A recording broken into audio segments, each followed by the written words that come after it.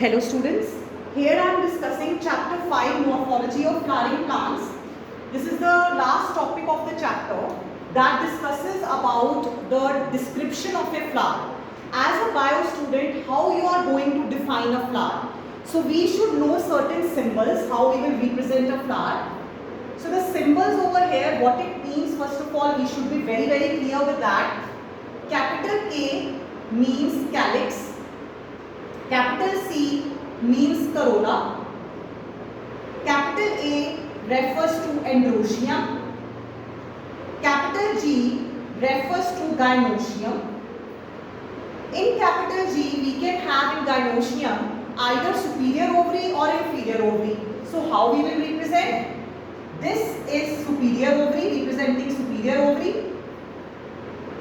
And this symbol on the other hand represents inferior ovary. Next, let us come to the sexuality of the plant. If it is a female flower, we will represent by this symbol. If it is a male flower, we are going to represent it with this symbol. If suppose the plant is constituting of both female and male, both reproductive parts, then we will combine these two symbols and it will look like this. Means it is a bisexual flower. Then we also talked about symmetry of a flower. If you remember in the last lectures, these are the two representations of symmetry. This means the plant is actinomorphic and this symbol means the plant is zygomorphic. Actinomorphic is a plant having radial symmetry. By any plane, if it is seen, it will be divided in equal halves. And zygomorphic means bilateral symmetry. Like if I can divide this board into two equal halves from the central axis, it is bilateral. So this is how we represent different parts of a flower in the form of the formula. So we are going to talk about floral formula of two families, Solanaceae and Liliaceae.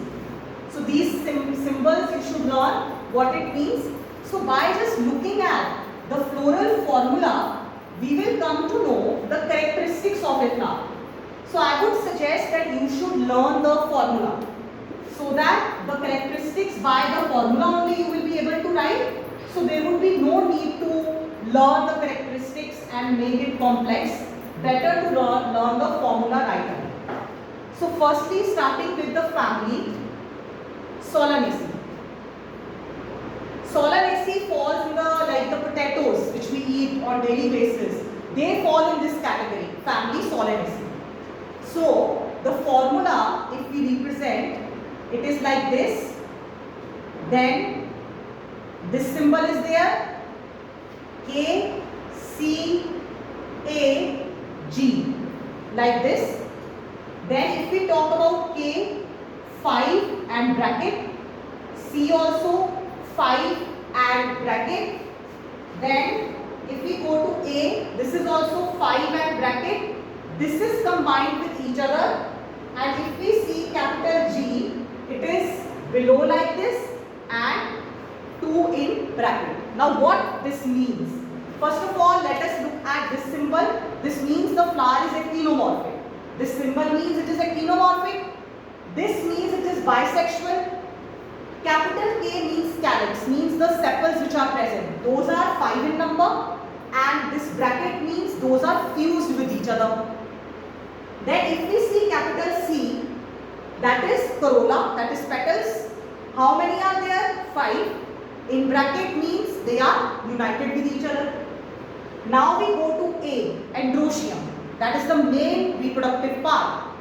5. What it 5 means? They have 5 stamens because stamen is the reproductive organ. So 5 stamens in one androecium. Then coming to G, gynoecium, it is represented by this line below. This means it is superior ovary. And 2 means 2 compartments are present in the ovary. Okay. Now over here you can see that C and A, these are also fused. This symbol shows they are also united with each other. So this is the floral formula of family Solanaceae.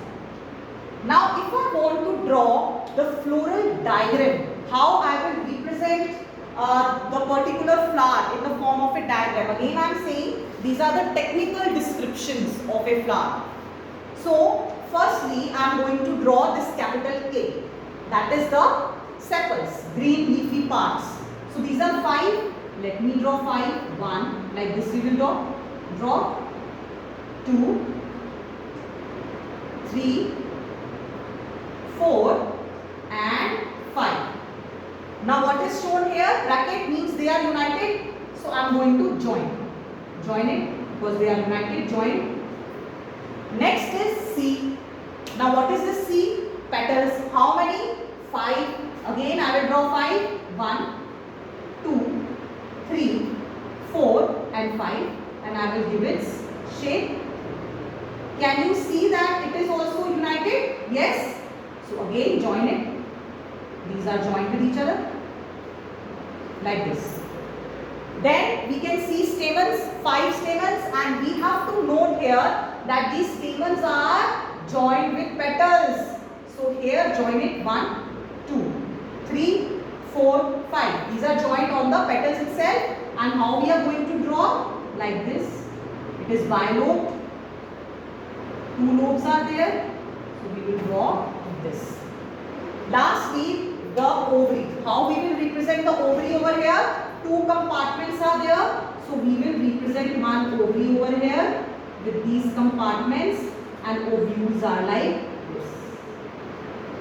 Okay. So this is about the floral diagram.